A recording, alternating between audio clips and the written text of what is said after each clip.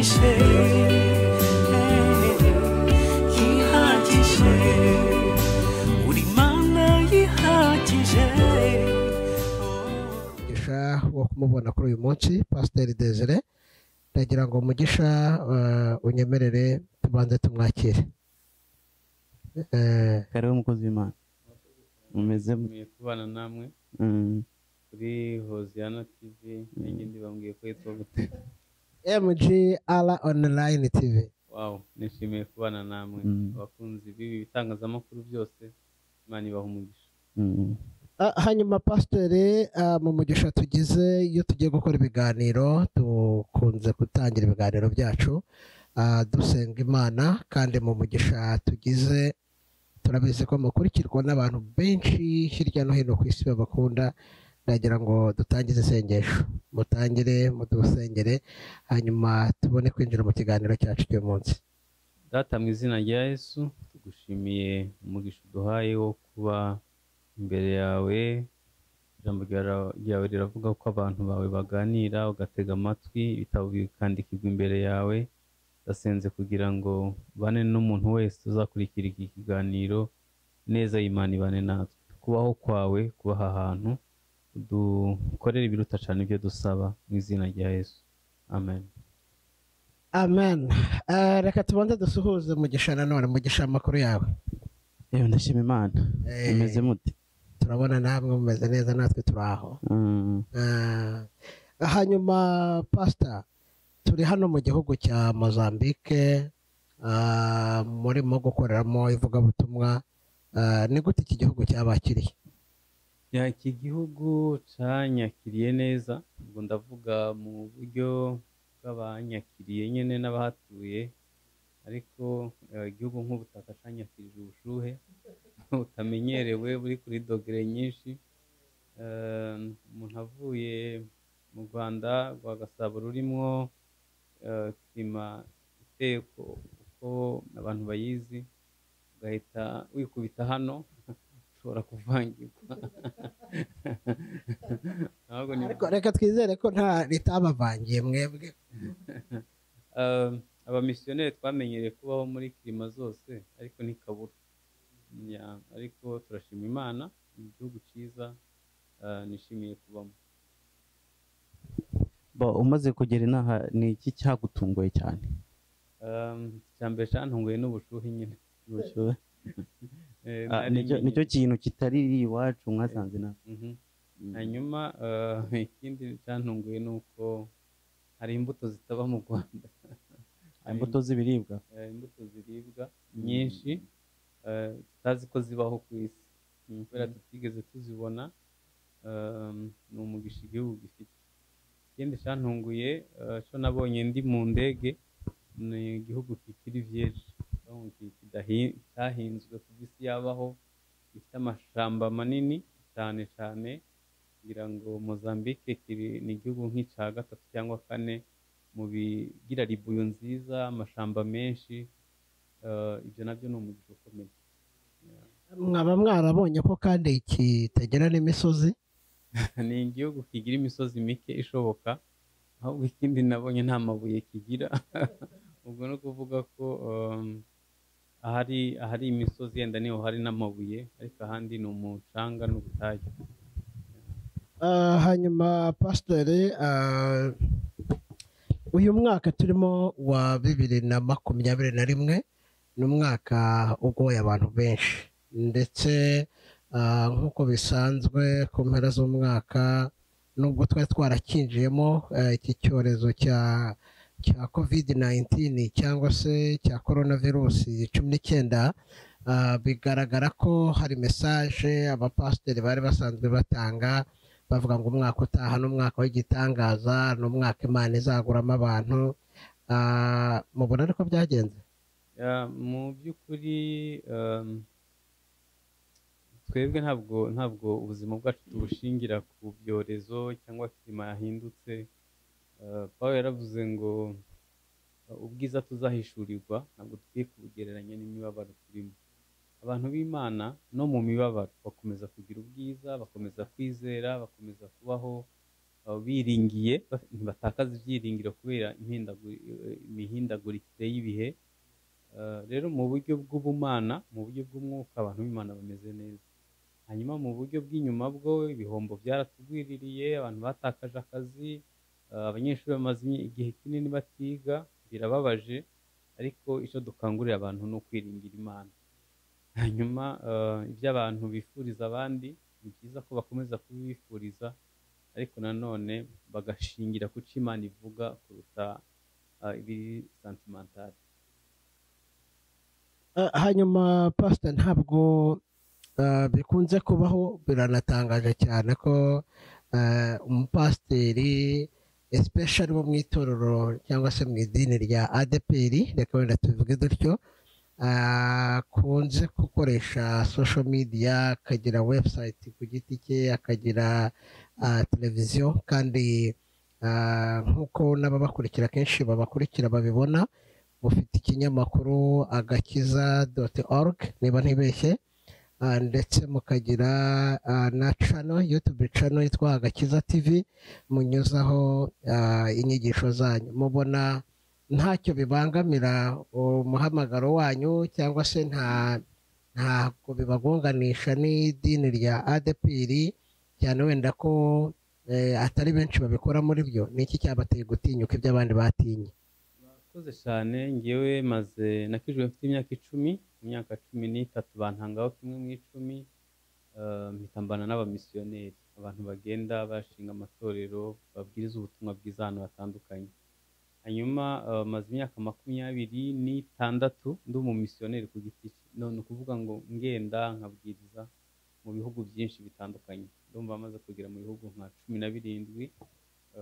Hanyuma maze imyaka 10 hafi 4 ndi umupasiteri muri ADPR. Ariko maze imyaka 3 mbaye pasiteri, rimwe nagiye muri cyber cafe kwandika email, mbona abana barimo kureba pornography. Ikibazo urubyiruko ruhuru rurapfa, kandi ntacyo twari dukwiye, ntacyo tubuze kugira ngo tubaramire. Birambabaza, mbwira abapasiteri dukora, ndababwira nta kintu twakora byibuze tukabaramira, ukabona ntibabishizemo imbaraga, ntibiri mu byihutirwa. Ntangira kwigisha nakora. Twibuke ko urusengero rufite inkuta 4, ndavuga izo mu Rwanda kuko hari izindi zifite indi myubakire igezweho. Hirya ziriya nkuta z'urusengero hari abandi bantu bakeneye Yesu, kandi batazigera baza mu rusengero. Buriya ngewe umuntu yageze no mu rusengero nta nubwo mwita umupagani, iyo uzaba afite umutima w'ubumana. Hari abandi bantu urusengero ari igitutsi, ariko ntawe urara atarebye muri telefone, dukwiye kubasanga aho bari. Niba umuntu akoresha social media, dukwiye kumusanga kuri social media, tukamubwiriza ubutumwa bwiza. Kuva 2010 natangiye gukora ivugabutumwa rikoresheje itangazamakuru, kandi mbona byaratanze umusaruro urenze uwo natekereza ko ushoboka. Ngewe rero nk'umumisiyoneri, nk'umuntu ukunda ivugabutumwa, numva ibyaba ari byiza nuko dukwiye kurenga inkuta 4 z'insengero tubamo, tugasanga abantu aho bari, tukababwira Yesu, hanyuma bakaza mu rusengero, ariko hari umuntu yababwirije ubutumwa bwiza. Ibyo kugongana rero, ntabwo abantu bose bagira imyumvire imwe, ariko njye ntacyo bimbwiye. Nahuye n'ibikomeye birenze ibyo, ndabona ibyo duhura nabyo birorosha ukurikije ibyo abatubanjirije banyuzemo. Numva rero ni umurimo mwiza nkunda. Heri buriya rero njye nitonze, bimeze nk'umuntu waguye mu bantu babiri baziranye. Ndagira ngo pasiteri afate umwanya muto twibwire. Ubundi pasiteri Desire ni muntu ki? Nitwa Desire Habyarimana, umudamu n'abana 2 b'abahungu. Ndi umupasiteri muri ADPR, hanyuma nkora ivugabutumwa, mfite minisitiri yitwa Gushaka no Gukiza Icyazimiye, niyo harimo departema ya media irimo Agakiza.org, Agakiza TV n'izindi social media dukoresha. Harya buri uvuze minisitiri ushatse kuvuga iki? Ni itorero? Ni umuryango wa Gikristo w'ivugabutumwa, ariko utari itorero. Twebwe duhurirwaho n'abantu bava mu matorero ya Gikristo yose, twemeranywa ku byo twizera, hanyuma ngewe nk'umumisiyoneri mbere ho guseriva amatorero gufasha amatorero kugera ku ntego biyemeje. Niyo mpamvu dukora amahugurwa tugafasha abantu bava mu matorero atandukanye. harya buriya ubu misiyoneri n'ubu bishop bitandukanye hehe? Ubumisiyoneri, bishop, aposo n'andi mazina nk'ayo ni abantu bashumbye abantu ahantu. Ndavuga bashinze urusengero, bashumba abantu.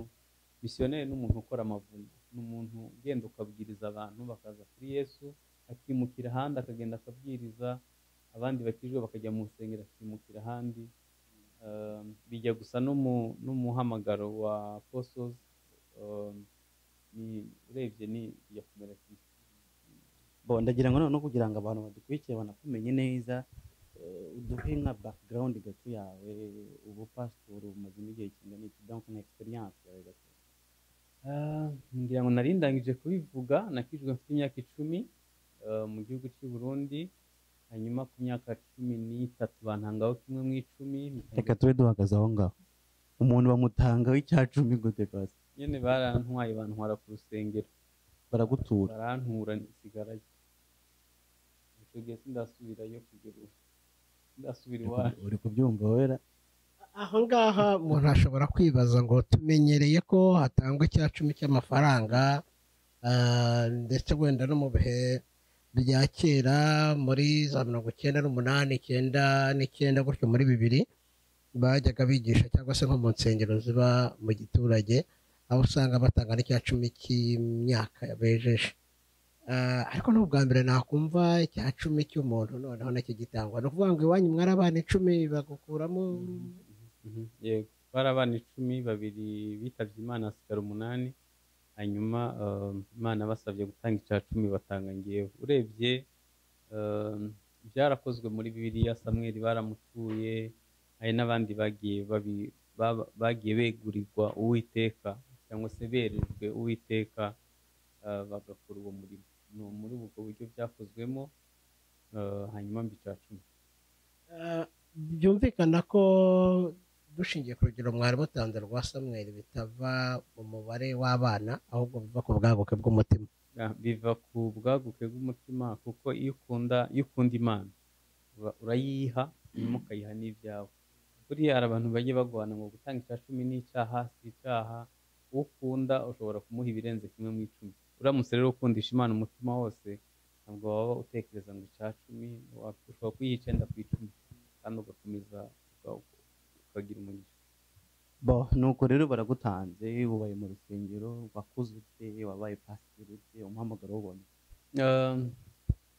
Kuba pasiteri, mbaye pasiteri ejo bundi, hashize imyaka 14 gusa mbaye pasiteri. Urumva ko atari myinshi urebye. Hanyuma ariko icyo gihe naramuvugabutumwa. Mu Rwanda babita abavugabutumwa b'ubushake, ariko ngewe nari muri misiyo nyine iyo myaka yose 25 n'itandatu. Nagenda ahantu hatandukanye, nkora ibiterane, nkora ivugabutumwa. Niwo murimo nakoze. Nakomeje kwibanda mu magambo yari umbabarire, ni kugira ngo njye mumenye, sinari muzi. Ubwo maze kumenya ko turi kumwe na Pasiteri Desire watanzweho icya 10, afite imyaka 13, twaba turi kumwe rero uyu munsi.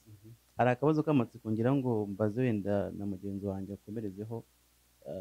Ubu pasiteri cyangwa se nayo ni industry ya gifu, ni minisitiri, ntabwo ari industry. Iyo minisitiri y'ubukozi bw'Imana, namwe mugira speciality, nkuko tubona abadogiteri bakora dogiteri uvura umutwe gusa, pasiteri ababwiriza byose, cyangwa uba ufite ikintu, ufite misiyo, ufite mbwiriza iki kintu bakababyumvisha. Urebye ntabwo nubwo turi abapasiteri benshi, ntabwo abantu bafite impano imwe. Ni ukuvuga ko hari umuntu uzumva akunda kwigisha indi sezerano rya kera, undi akaba azi amakuru ya Yesu ku kigero, cyangwa se reka ndeke kubyita gutyo, wenda birajya muri teoloji cyane. Reka nkoresha imvugo yakorohera abadukurikiye. Pawulo yavuze ngo bamwe yabagize kuba intumwa, abandi abahanuzi, abandi abigisha, abandi. Impano umuntu ashobora kuba afite ubwenge, undi akaba akiza indwara, undi akaba ahanura. Ibyo ni byo nakwita nka specialite ye. Impano iravuka, ikaregwa, igakura, igakora. Rero iyo impano yabonye uyirera igatera imbere, ishobora gukora. Reka ngo ntange urugero ruri biblike. Iyo urebye Petero yari umushumba uyoboye Yerusalemu, uyoboye abayuda, ariko Pawulo yari intumwa ku banyamahanga. Bose bakoraga imirimo imeze kimwe, ariko akayikorera mu bayuda nk'umushumba yasigara mu itorero, hanyuma Pawulo we akabwiriza abanyamahanga, agashinga amatorero. Byose byari umurimo w'Imana. Rero umuntu aba afite umuhamagaro we. Gusa abadukurikiye, hari ikibazo twagize mu karere k'ibiyaga bigari. Ubona abantu benshi batarezwe kugeza ubwo basobanukirwa impano zabo, hanyuma bagakorera Imana ibintu bivangavanze. Ntazi guteza imbere impano ye ngo ayikurikire kuzageza igihe bitanga umusaruro. hanyuma ubwo mu ivugabutumwa ryawe wowe wibanda ku kintu? Ngewe nkora ibintu bitari byinshi. Icya mbere mbwiriza ubutumwa bwiza bukiza ibyaha. Ndavuga kuzana umuntu mushasha kuri Yesu, niwo munezero wanjye ku kigero kiri hejuru. Hanyuma ikindi ni ukubaka umuryango. Inyigisho zumva ngaruka ku inshuro nyinshi ku muryango. Kubera iki? Ibyo mu by'ukuri ntabwo mbere ari byo nevuriwe nkora. Ni uko hari ikibazo ubona amatorero yibagiwe. Amatorero yibagiwe ko urubyiruko tutitaho aribo bashumba b'ejo hazaza. Nibo bayobozi b'igihugu, nibo bantu bazavamo abantu bakomeye. Iyo rero utamwitayeho ngo umuryango ube wubatse neza, uhere umwana akiri muto, mpano ntabwo azimenya. Rero ku bwanjye nita kubaka cyane umuryango kugira ngo ntegurire ejo hazaza h'igihugu, itorero. Murakoze cyane. Wenda icyo ngicyo cy'umuryango cyo turaza kongera ndetse n'abakigarukaho, ariko ndashaka kugira ngo ngaruke inyuma ku kijyanye n'ubumisiyoneri. Itorero rya ADPR ariryo twese twakuriyemo, bita itorero umubyeyi. Ubutumwa bwiza buza bwazanwe n'abamisiyoneri b'abasode. Hanyuma njye mbyibazaho, mbona ari ikibazo gikomeye. Kuki itorero rya ADPR mu Rwanda ridafite abamisiyoneri benshi kandi aribo babazaniye ubutumwa bwiza? Urakoze, nanjye uzakibambariza cyangwa se abadukurikiye turabasaba ko batanga igisubizo, cyane cyane abashumba bakuru. Iki ni ikibazo gikomeye, wenda bazadukurikira bakwiye kuzadufasha gusobanukirwa nkatwe tukiri batoya, kuko byo ubwabyo biratangaje kubona uri umumisiyoneri mu itorero rya ADPR. Umumisiyoneri yigenga. Umumisiyoneri ku giti cye. Uri umumisiyoneri wigenga. None nkawe kandi nk'umupasiteri muri iryo torero, mu by'ukuri iyo ugenekereje kureba cyangwa kubaza, ubona ari iyihe mpamvu batemera abamisiyoneri cyangwa ngo habe hariho kurera n'izo mpamvu? Sintekereza ko atari ukutabemera, kuko ntabwo waba warabyawe n'abamisiyoneri ngo unanirwe kohereza abamisiyoneri. Nta na kimwe tubuze, ahubwo ni ibibazo byagiye bibaho. Nta nubwo ari ADPR yonyine, mbona ari amatorero ya gikristo yose mu Rwanda. Nka 80% yayo yabyawe n'abamisiyoneri. Noneho ukibaza ni gute ubyagwa n'umumisiyoneri we ntiwohereze umumisiyoneri? Haba harimo ikibazo cyo kwikunda, harimo ikibazo cyo kutiga. Ndavuga ijambo ry'Imana. Yesu yaravuze ngo nimugende muhindure abantu kuba bigisha. Hari ikibazo cyo kutarera abantu ngo ubigishe, ubagezaho umuhamagaro wabo. Hanyuma pastor, ni ikibazo gikunze kwibazwa n'abantu benshi, ariko by'umwihariko nanjye ku giti cyanjye ndakibaza. Kubera iki itorero rya ADPR ritohereza abamisiyoneri kandi ryarabyawe n'abamisiyoneri? Mu by'ukuri nanjye ni ikibazo numva ntafitiye igisubizo, ahubwo kibazo abayobozi bakuru ba ADEPR wenda batanga igisubizo, nanjye simbyumva, sinumva ukuntu umuntu abyagwa n'abamisiyoneri akananirwa kohereza abamisiyoneri kandi nta na kimwe tubuze. None se ko ngiye mbikora njyenyine kandi nkabigeraho, ni gute institution ya miliyoni 2 intanirwa kohereza abamisiyoneri? Nta nubwo ari ADEPR gusa, ni amatorero menshi ya gikristo mu Rwanda bavuganye n'abamisiyoneri ariko ntibashaka kohereza abamisiyoneri. Kandi mu by'ukuri Yesu yaravuze ngo nimugende muhereye Yerusalemu mugere ku mpera y'isi. Byo biroroshye cyane, nta nubwo bisaba umutungo mwinshi. Reka dufate yenda hano turi Mozambique, dufite abanyarwanda ibihumbi byinshi baje gucuruza. Iyo wateguye umucuruzi ukamubwira ngo uzacuruze ku bw'inyungu z'ubwami bw'Imana, ni ukuvuga ngo ushobora gushora imari hanyuma bene igihugu ukoresha ukababwira ko Yesu abakunda. Ndebera abanyarwanda bari hano bose baramutse bamenye umuhamagaro wabo bagacuruza ariko babera umugisha abanyagihugu, twaba dufite abantu bangahe bakijije? Twaba dufite bene igihugu benshi.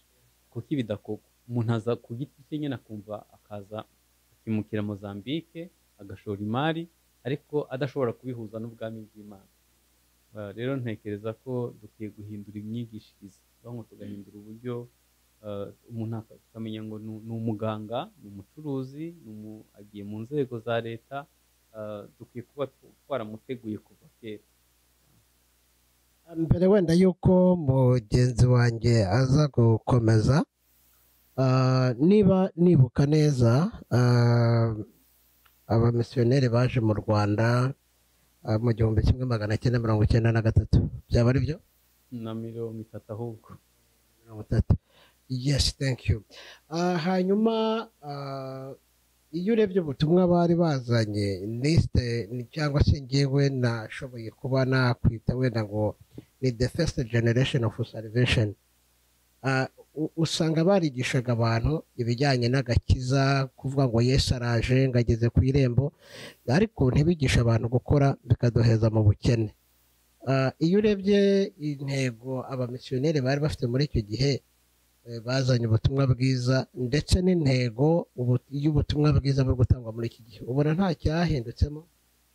Hari imbogamizi zigeze nko muri 4 cyangwa 5 zivuga butumwa. Imbogamizi ya mbere ni umuco.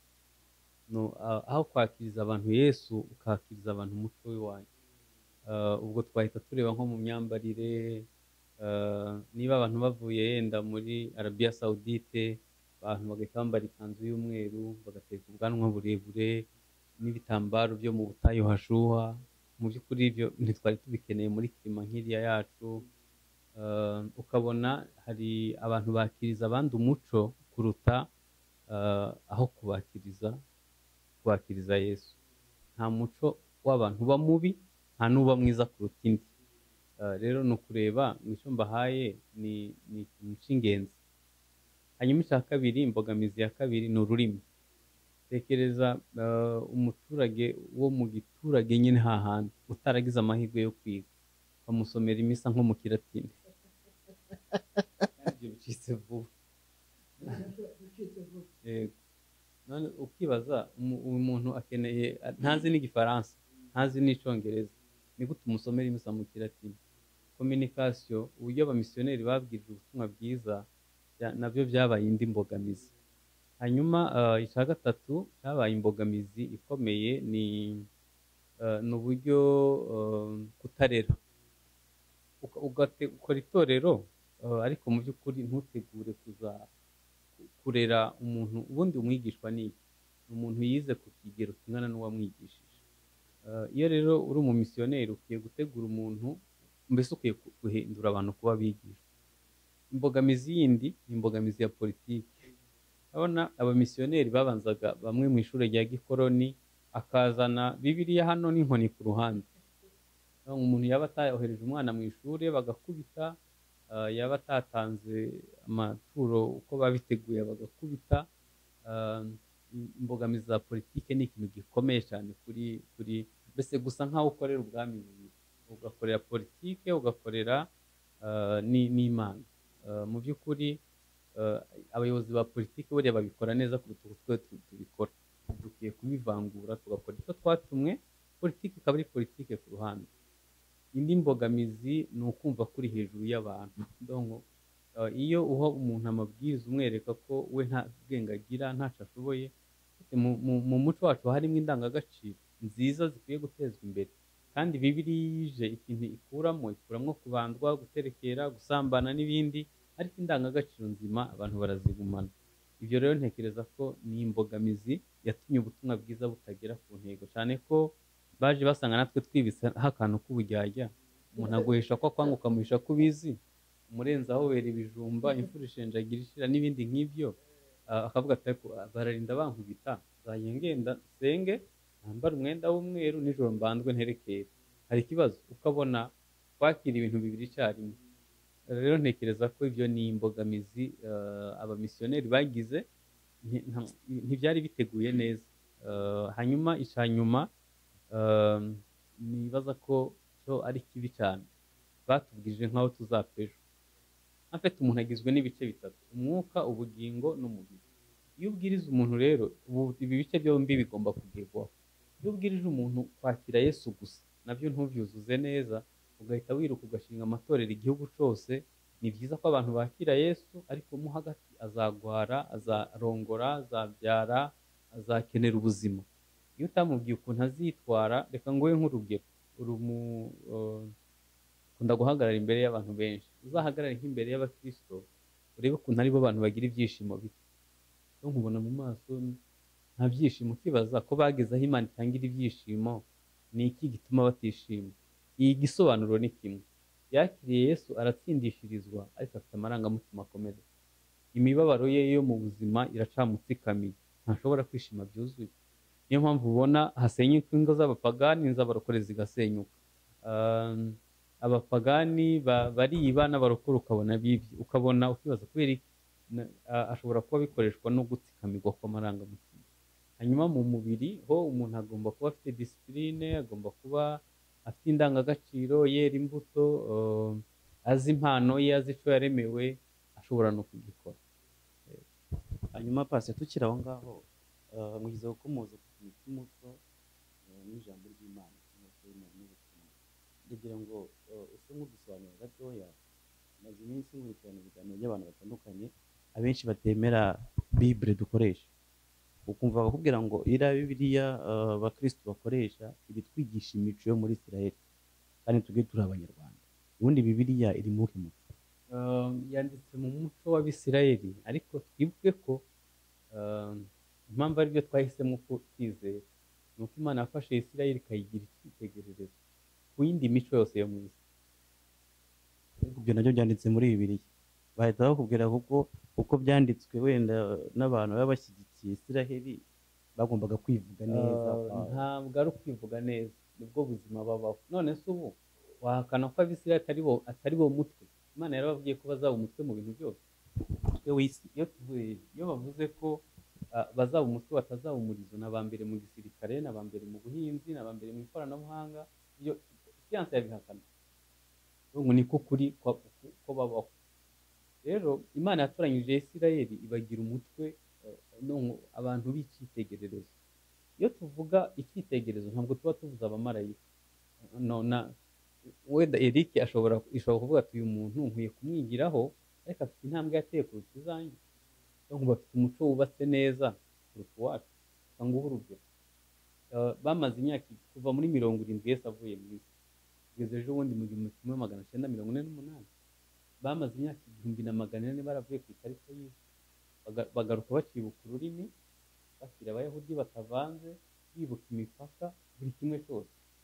Utekereza ko abana bari hano Mozambique mu myaka nka 50 bazaba bibuka Ikinyarwanda? Bakivuga nibo bake. Bakoze ni gute abantu bamara imyaka 1800 baravuye ku ikarita y'isi bakagaruka bagira umwimerere?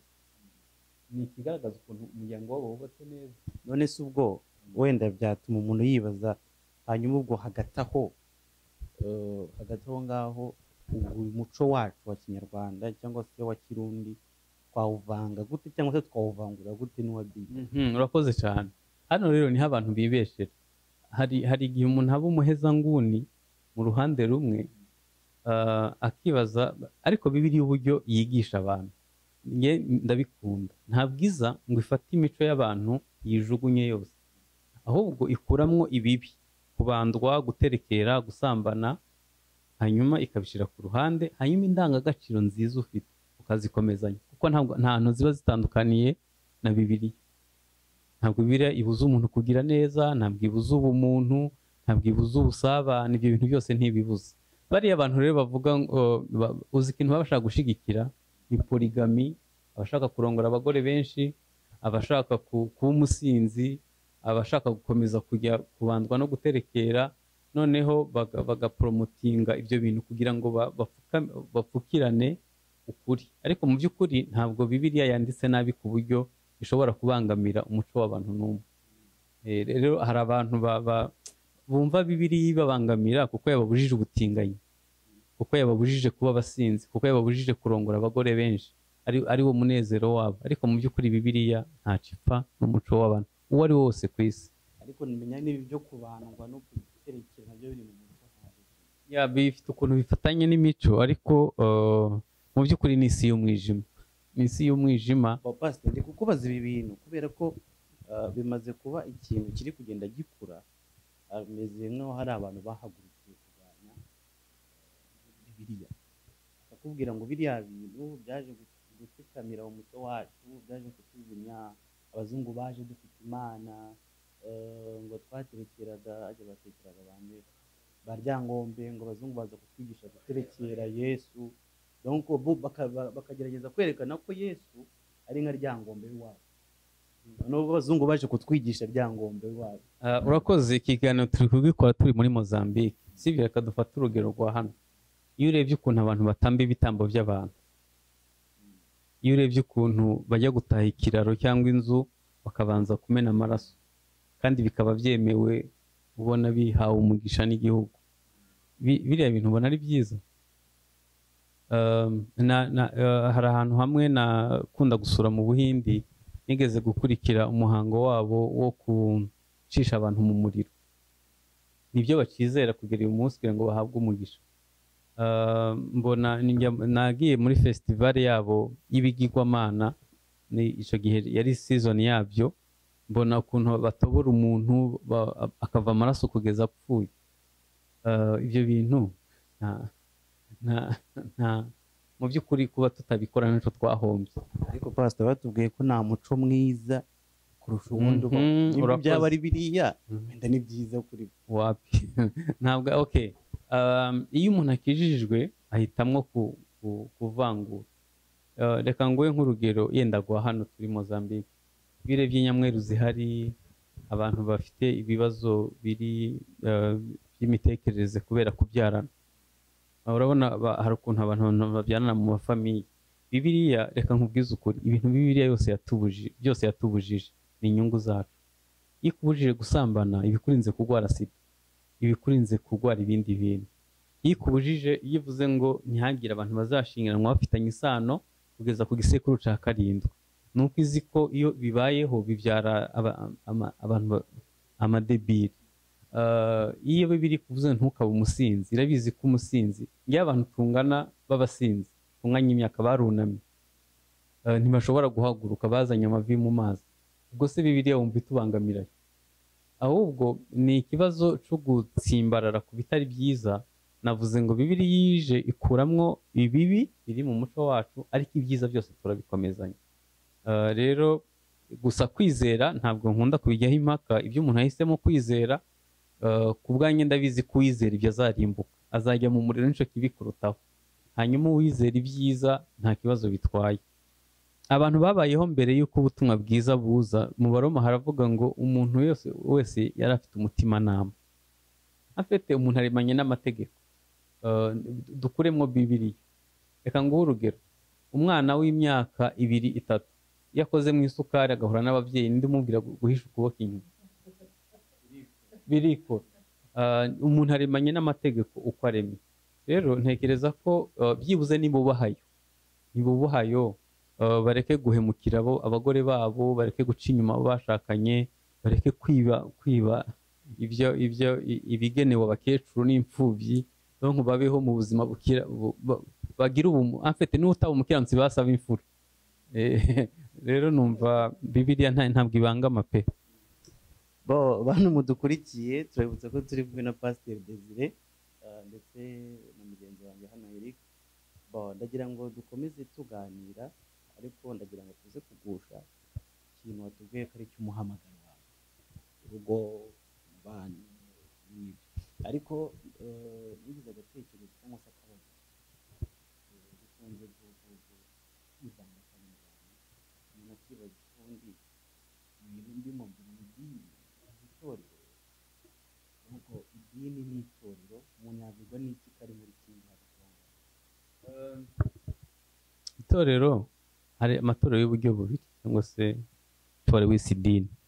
Itorero umugeni wa Kristo ntabwo rirebeshwa amaso, ariko uririmo arabimenya. Yohana igice cya mbere haravuga ngo abamwizeye bakizera izina rye yabahaye imbaraga zibahindura kuba abana b'Imana. Iyo wamwemeye ukizera izina rye ugira ubushobozi buguhindura kuba umwana. Abana umwana urakoze. Uriya mwana angana gute? Imyaka 2. Ubu uwamubwira ko utari se buriya yabyemerera ku myaka 2? Ntiyabyumva, ariko arabipresenta, arabyumva muri we. Hanyuma wowe wakubwira ko utari uwa papa wawe ntibishoboka. N'uwapima amajene yasanga bifite aho bihuriye. Niyo mpamvu bakora ADN. Iyo wahindutse kuba umwana w'Imana uba uhamanya n'umutima uri umwana w'Imana, ugenda wumva ufite conviction mu mutima wawe uri umwana w'Imana. N'iryo torero rero ntabwo rigaragara n'amaso. Hanyuma hakabaho n'amatorero asanzwe. Amatorero asanzwe ngiye nyafata nka famiye. Wawe urugo rwawe ufite uko uruyobora, nanjye mfite uko nyobora urugo rwanjye, kandi ntibitubuza kuba abanyarwanda. Duhuriye ku bunyarwanda, ariko dufite buri rugo rwose uko ruyoboka. Hanyuma iyo umuntu ahisemo kuza rero muri famiye yawe cyangwa kuba iwanyu, agomba kumenya ni gute babaho, ni izihe ndangagaciro bagenderaho, ni ibiki nakora. Kuri aya matorero y'inyuma abantu nibasoma mu byahishuwe mu bice bibanza aho bavuga ku matorero 7 ya Efeso, uzansomere neza. Ntabwo Yesu ntiyigeze asenya itorero na rimwe. Yababwira icyo abashimira, akababwira n'icyo abagaya. Hanyuma imbere yari yabwiye Yohana ko agendera hagati y'ibitereko by'amatabaza yongeramo amavuta. Nta torero, buri itorero ni nk'umubiri, uko umubiri wubatse. Umwe n'amaso, undi n'amatwi, undi n'umunwa, undi n'amazuru, undi n'amaboko, undi n'amaguru. Itorero rimwe riba rizi kuramya, irindi rizi gusenga, irindi rifite umuhamagaro wo gutanga, irindi rifite umuhamagaro wo kohereza abamisiyoneri, irindi rifite umuhamagaro wo guhugura urubyiruko. Sibyo? Ayo matorero yose abereyeho kuzuzanya. Hanyuma kubera twa tubazo twacu turi tekinike, umuntu aba arakuriye ahantu nyine umutima utagutse ngo ukwigwemo abandi, ubwibone bukamubwira ko ari gukora ibintu neza kuruta abandi. Rimwe na rimwe agacira n'imanza abandi, ariko mu by'ukuri nta amatorero n'icyo gisobanuro nayaha. Gusa ikibabaje ni kimwe, ni uko umuntu aba mu itorero rigaragara n'inyuma adahakikisha ko yabaye mu itorero rya Kristo, ndavuga iryo mu mutima. Aha rero Yesu yabitangiye igisubizo, yaravuze ngo muzabamenyera imbuto zabo. Idini ni iki rero? Idini ni ihuriro y'abantu. Gusa nagira ngo nongerereho abantu badukurikiye ko nta dini ry'abatagatifu na rimwe ribaho. Turi ihuriro ry'abanyabyaha bagiriwe imbabazi bari mu nzira yo guhinduka. Hanyuma nta torero ry'abatagatifu ribaho. Turi ihuriro ry'abanyabyaha bagiriwe imbabazi bari mu nzira yo guhinduka no gusa na Yesu. Abanyabyaha kandi? Yego. None se agakiza ni iki? Hanyuma Yesu apfa urupfu twari kuzapfa. Kuvuga ko turi abanyabyaha bagiriwe imbabazi bari mu nzira yo guhinduka no gusa na Yesu. Ako kantu ubwo ni filozofi cyangwa ni ko kuri? Nge numva ariko kuri kubwanjye. Kansubiremo rimwe Pastor, mbona kugoye. Nta torero ry'abatagatifu ribaho. Turi abanyabyaha bagiriwe imbabazi bari mu nzira yo guhinduka no gusa na Yesu. Ni ukuvuga ngo twarakijijwe, turatsindishirizwa, duhinduka kuba abana b'Imana. Turi mu nzira yo guhinduka ku ngeso, tuzakizwa byuzuye twambuwe imibiri, twinjiye mu ijuru. none se wenda tukiri aho ngaho hari abitwa ko ari abapasiteri usanga baterana intebe, bandi baterana ibipfunsi, bandi babwirana amagambo mabi, atubona arambika agakiza hasi nkabanza nkakumena. Abo ntidukwiye kubarenganya kubera ko bakiri mu nzira yo guhinduka, wenda baba batarahinduka kuri ibyo. Ubundi kugira ngo umuntu agere ku rwego aba pasiteri, byibuze yakagombye kuba yarahindutse cyane kuruta aba agiye kuyobora. Ndavuga iyo Bibiliya ivuga ngo iyo urebye muri Timoteyo indangagaciro z'umupasiteri, agomba kuba atari umunywi wa vino, agomba kuba atari umuntu uhindutse vuba atikakaza, agomba kuba ari umuntu ugira gahunda mu kubaho kwe, agomba kuba ari umuntu azi gucumbikira abashyitsi, agomba kuba ari umuntu azi gutanga, agomba kuba ari umuntu afite ubwenge bwo kwigisha, biriya bintu byose. Ibyo bintu rero ni produit fini y'ibyo waciyemo. Ni ukuvuga ngo watangiye urugendo rwo guhinduka, ugenda uhinduka kugeza igihe ugira indangagaciro ziruta izaba ugiye kuyobora. Niyo mpamvu adakwiye kubaho kurwana no guterana intebe n'ibindi byose. Biriya byose ni ikimenyetso cyo kudahinduka. Aba yarahindutse ku kigero ubukristo bwe nyine akura mu bukristo, atera intambwe ziruta iz'abandi. Ntekereza ko rero ari iyo habayeho nka bene biri wana, kubera abantu bakunda icubahiro ku kigero kiri hejuru. Hari abantu bihutira nyine kujya muri korale, kujya mu badiyakoni, ku bapasiteri, ariko ingeso zose wasimbutse udahindutseho uzazigarukaho, kuko mu bwami bw'Imana nta esikariye yose wasimbutse uzayigarukaho. Niyo mpamvu ubona umuntu agera hariya ibyaha bikamukoreza y'isoni, no ingeso atahindutseho ukabona yazikoreye ahantu kuri bose babireba, icyaha cye kikaba kinini kuruta kubera ko yatemeye guhinduka. Nge numva rero Yesu uburyo yateguye abigishwa, yari afite ukuntu abatwara buhoro, ategura bake, ariko yari azi ko umwe yahindutse ashobora guhindura 3,000. Rero ntekereza ko ikintu gikomeye gituma abantu bagwana, biba basambana, barapasitoro, ni ikibazo cyo ku muntu aba atarahindutse. Pasiteri yize teoloji?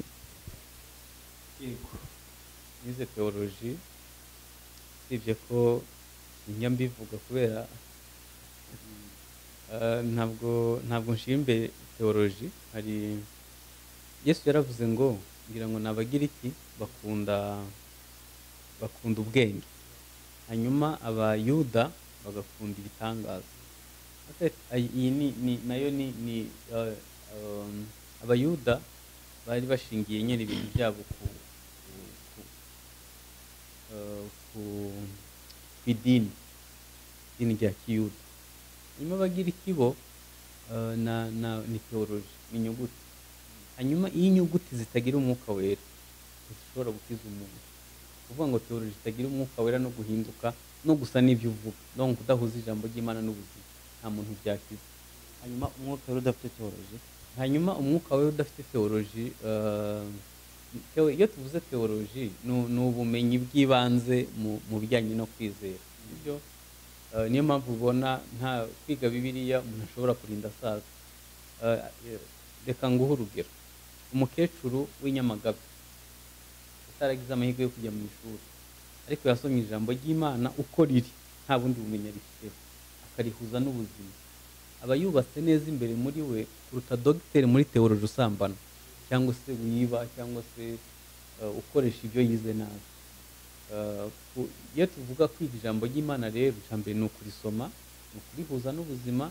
Iyo ugize ubumenyi burenze ubwo wari ufite, biba ari byiza kurutaho. Niyo mpamvu nari nshatse kuvuga kuri aka teoloji, umwuka wari utagira teoloji.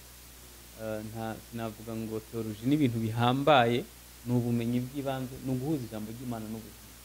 Niba rivuga urukundo, ukareba niba ntawe wanga. Niba rivuga gutanga, ukareba ko utanga. Niba rivuga kwihangana, ukareba ko wihangana. niba rivuga kubabarira ukareba niba nta muntu unaniwe kubabarira. Iyo urihuje n'ubuzima usanga urizi. hanyuma pastor, iyo umuntu abitegereje mu magambo muvuga, yaba murimo mwigisha mu rusengero cyangwa mu biterane cyangwa mu bitaramo, ibyo byose turabibona, ndetse n'ibiganiro mutanga kuri social media, umuntu yumva atarambirwa kubumva, akeneye gukomeza kubumva. Izo mbaraga muzikura he? Ntabwo nzi niba nabyita imbaraga, ariko ngewe mu bintu nirinda gutanga ijambo ntarashobora, sinshobora kuryigisha. Ntabwo nshobora kwikoreza abandi imitwaro ntakozaho intoki. Ibyo mvuga ni ibintu bisa n'ubuzima bwanjye, kandi ikindi nibyo nemera. Ubundi Yesu yavuze ngo muzaba abagabo bo kumpamya. Mu Kigiriki umugabo wo guhamya ni umuntu ni temwokirere, ni umuntu yabihagazeho, byabaye ahari. Dusipoze ko hano ku muhanda habaye impanuka, hanyuma bakaza kutubaza hano, ubuse wavuga ngo numvishe urusaku? No, wamenye ugomba kubuze niba imodoka yamanuka cyangwa yazamuka, impanuka uko yagenze. Ibi rero tuvuga umuntu akwiye kuba yabihagazeho, hanyuma bigomba kuba ari bwo buzima abaho. Hanyuma icya gatatu ni ukwemera kubipfira. Ni ibintu wumva wemera kugeza ubwo wapfa ubizize.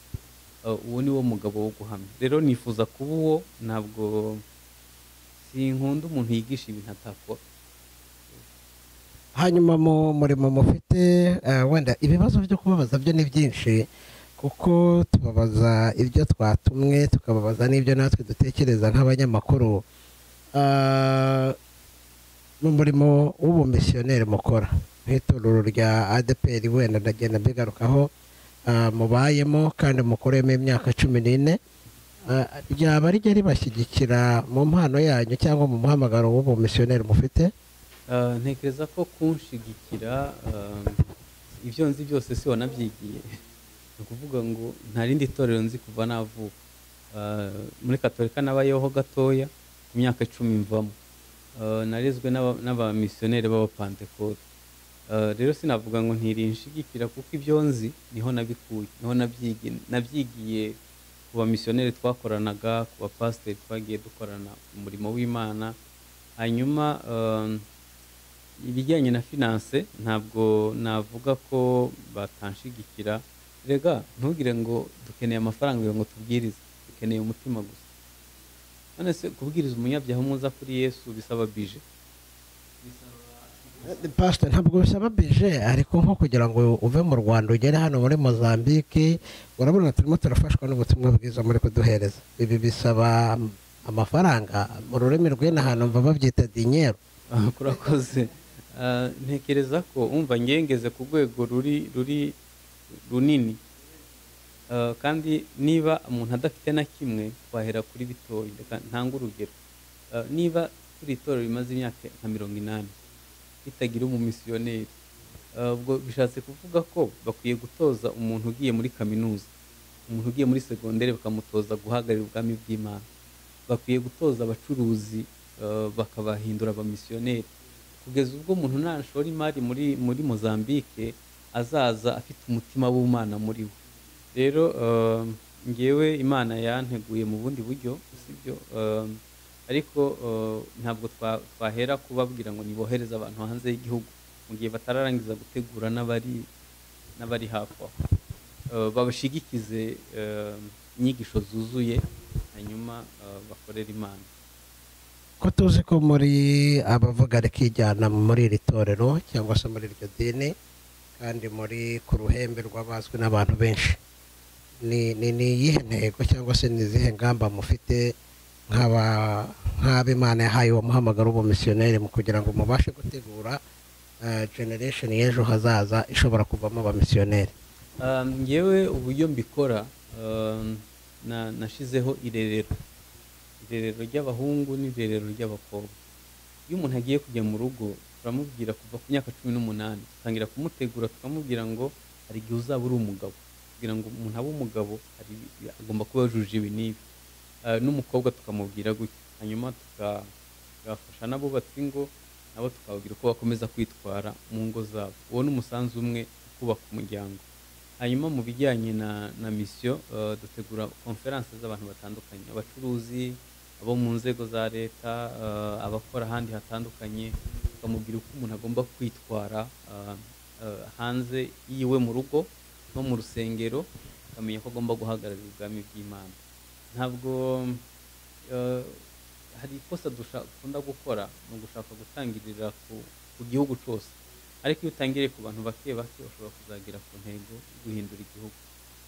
wenda mbere y'uko nakira mugenzi wanjye, inyigisho mutanga ku bijyanye n'imiryango ndetse no mu gutegura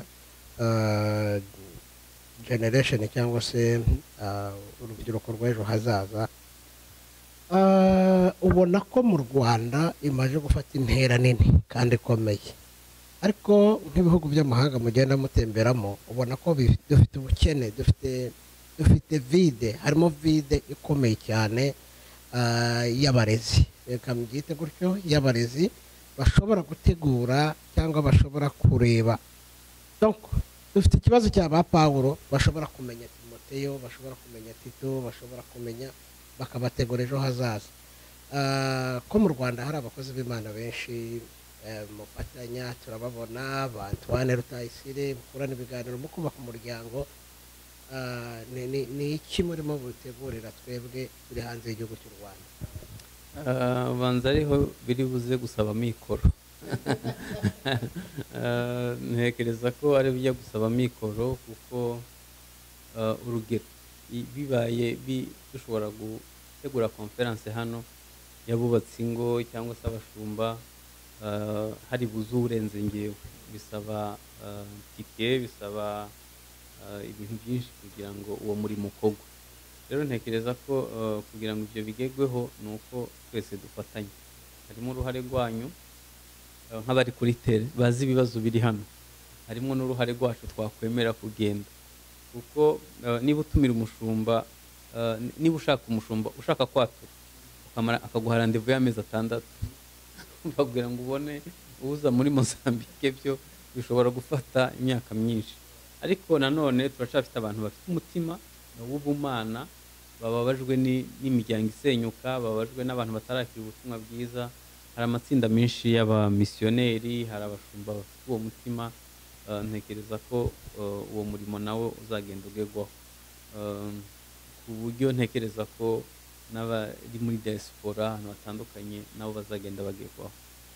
Hanyuma wenda n'ubundi mu gihe Mugisha yitegura, birashoboka ko ni ubusabe bwa Hoziyana TV ndetse na mugenzi wacu MGR online TV, birashoboka yuko dufatanije namwe ushobora kuzategura izo konferanse, noneho ziriya konferanse mugirira muri convention center mu Rwanda no muri Serena Hotel, turabibona kandi byubaka abantu cyane. Ariko uburyo umuntu ashobora kubikurikira hano kuri YouTube n'uburyo umuntu ashobora kubikurikira muri kumwe live biratandukanye. Ese birashoboka ko dushobora kuzareba uburyo twabitegura, noneho mukajya mugira igihe nka rimwe mu mwaka cyangwa 2 mu mwaka mukaza gukorera ayo makonferensi hano? Ntekereza ko hano Miss Mpamaze nabonye bikenewe kubera utubazo turi buvugire inyuma ya kamera. Ariko kimwe nuko cya kibazo, ibibazo by'iwacu mu matorero ya Gikristo babyimukanye na hano, hanyuma turamutse rero biteguye ari konferanse burigwamo n'abantu bose, byaba ari umugisha kurutaho.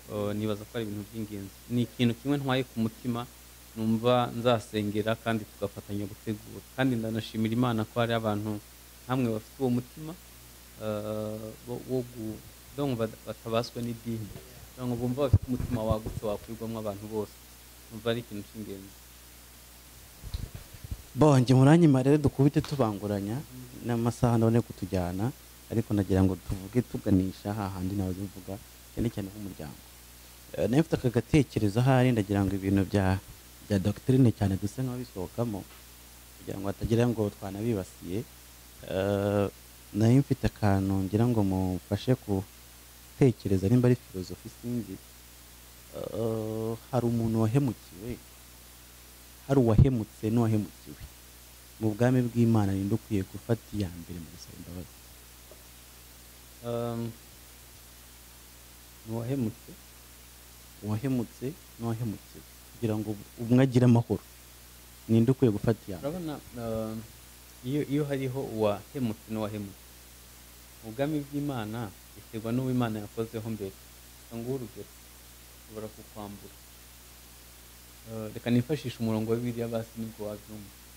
Yesu yaravuze ngo uwanga mwene data wundi ni umwicanyi, kandi nta mwicanyi azaraga ubugingo buhoraho. Ushobora kuguhemukira akagutera kunyanga ukigero wumva ko ari byo sawa.